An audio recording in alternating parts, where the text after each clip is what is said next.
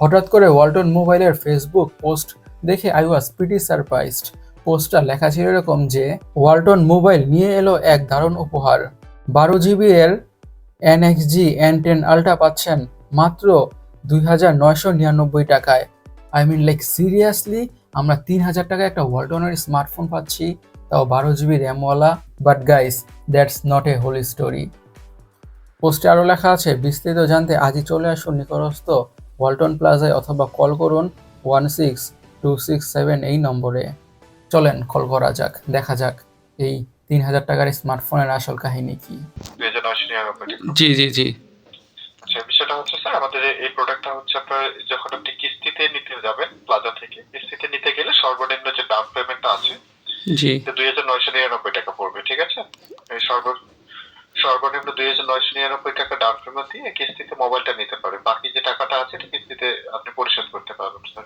ও আচ্ছা, ঠিক আছে, বুঝতে পারছি। আপনার নামটা জানাবেন কাইন্ডলি। আমার নাম হচ্ছে সৈকত, কোন জেলা থেকে বলছেন আপনি? ঢাকা। আর কোনো তথ্য দিয়ে সহযোগিতা করতে পারি?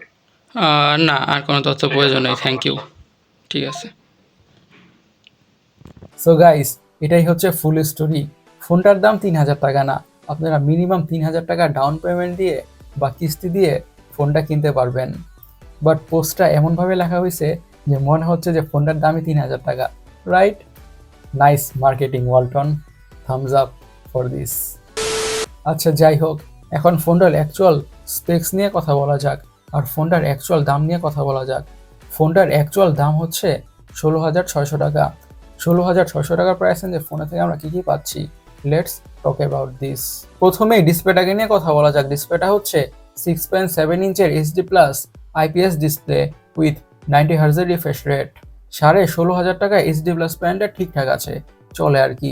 মানে এই প্রাইস রেঞ্জে বা এই দামে HD প্লাস প্যানেলটাই স্ট্যান্ডার্ড, মানে মার্কেট স্ট্যান্ডার্ড। এই প্রাইস রেঞ্জে অলমোস্ট সবাই HD প্লাস প্যানেলটা ইউজ করে। আচ্ছা, খুবই কাছ থেকে কন্টেন্ট ওয়াচ করলে HD প্লাস প্যানেল হওয়ার কারণে কন্টেন্ট ওয়াচ করার সময় কিছুটা তো শার্পনেসের ঘাটতি লক্ষ্য করা যাবেই, বাট অত ক্লোজলি কেউ কন্টেন্ট ওয়াচ করে না। মিনিমাম ডিস্টেন্স থেকে content like movies, videos or series যে কোনো কিছু দেখে মোটামুটি ভালোভাবেই এনজয় করা যাবে। খুব একটা বেশি শার্পনেসের ঘাটতি লক্ষ্য করা যাবে না। আর 90 হার্জের রিফ্রেশ রেট থাকার কারণে স্ক্রোলিং করে, ব্রাউজিং করে, গেমিং করে, যে কোনো ধরনের টাস্কে পারফর্ম করে মোটামুটি ভালোই স্মুথনেসের ফিল তো পাওয়া যাবেই। আমরা বলবো বাজেট বা প্রাইস রেঞ্জ হিসাবে ডিসপ্লেটা ঠিকঠাক আছে, চলে আর কি। Not so very good or not so very bad, এই আর কি। ফোনটির র্যাম এবং স্টোরেজ ভেরিয়েন্সের কথা বলে জাস্ট একটি ভেরিয়েন্টই পাওয়া যাবে। 12 GB র্যাম, 128 GB স্টোরেজ। আর এসডি কার্ডের মাধ্যমে স্টোরেজকে বাড়ানোর সুবিধা থাকছে। আমাদের কাছে ফোনটির 12 GB র্যামের ব্যাপারটা অনেকটাই ভালো লেগেছে। 16,500 টাকার প্রাইস রেঞ্জে 12 GB র্যামের ব্যাপারটা ইজ কোয়াইট গুড। এখন ফোনটির হার্ড অথবা চিপসেট নিয়ে কথা বলা যাক। ইউজ করা হয়েছে মিডিয়াটেক হিলিও G85। এটি একটি 12 ন্যানোমিটার বেসড অক্টাকোর প্রসেসর। আর MediaTek Helio G85 tried and tested একটা গুড পারফর্মিং প্রসেসর। হাই লেভেলের গেমগুলোকে লো সেটিংসে অথবা মিডিয়াম সেটিংসে ঠিকঠাকভাবেই খেলা যাবে অথবা রান করা যাবে। তেমন একটা বেশি ল্যাগের ইস্যু অথবা হ্যাংয়ের ইস্যু ফেস করতে হবে না। এবং day to day regular task, social media using, switching between apps, multitasking, এমন যত ধরনের টুকটাক বা রেগুলার কাজ আছে ফোনটা মোটামুটি ভালোভাবেই হ্যান্ডেল করে ফেলবে। But keep this on mind, ফোনটাকে খুব বেশি হেভি ইউজ করা ট্রাই করা হলে অথবা খুব বেশি মাল্টিটাস্কিং করা ট্রাই করা হলে তখন ফোনটি থেকে অবভিয়াসলি বা অবশ্যই ল্যাগের ইস্যু বা হ্যাংয়ের ইস্যু ফেস করতে হবে। ফোনটাকে মিডিয়াম টাইপের ইউজার্সদের জন্য বাজারে আনা হয়েছে বা বানানো হয়েছে। খুব বেশি মারাত্মক হেভি ইউজার্সদের জন্য ফোনটাকে বাজারে আনা হয় নাই। দ্যাটস অল বা দ্যাটস ইট। এখন ফোনটির অপটিক্স বা ক্যামেরা কিনে কথা বলা যাক। ইউজ করা হয়েছে triple camera, but triple camera just নামেরই। অ্যাকচুয়াল কাজের সেন্সর হচ্ছে একটি, প্রাইমারি সেন্সরটাই। কারণ প্রাইমারি সেন্সরটা হচ্ছে 50 মেগাপিক্সেলের সেন্সর, আর সেকেন্ডারি ক্যামেরাটা হচ্ছে 2 মেগাপিক্সেল ডেপথ সেন্সর, এবং থার্ড ক্যামেরাটা হচ্ছে 2 মেগাপিক্সেল ম্যাক্রো সেন্সর, যেগুলো অ্যাকচুয়ালিতে ইউজলেসই, মানে টু বি অনেস্ট। এবং সেলফি ক্যামেরার কথা বলে ফোনটা ইউজ করা হয়েছে ফ্রিকিং 50 মেগাপিক্সেলের সেলফি ক্যামেরা।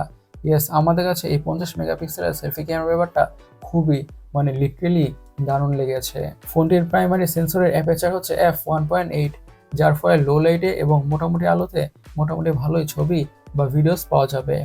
মানে 16,000 টাকা বা 16,500 টাকার প্রাইস রেঞ্জে যেমন ধরনের পিকচার্স আর ভিডিও কোয়ালিটি এক্সপেক্টেড, এক্স্যাক্টলি তেমন ধরনের পিকচার্স আর ভিডিও কোয়ালিটি পাওয়া যাবে। ফোনটিতে আরও থাকছে ডুয়াল স্টিরিও স্পিকারস।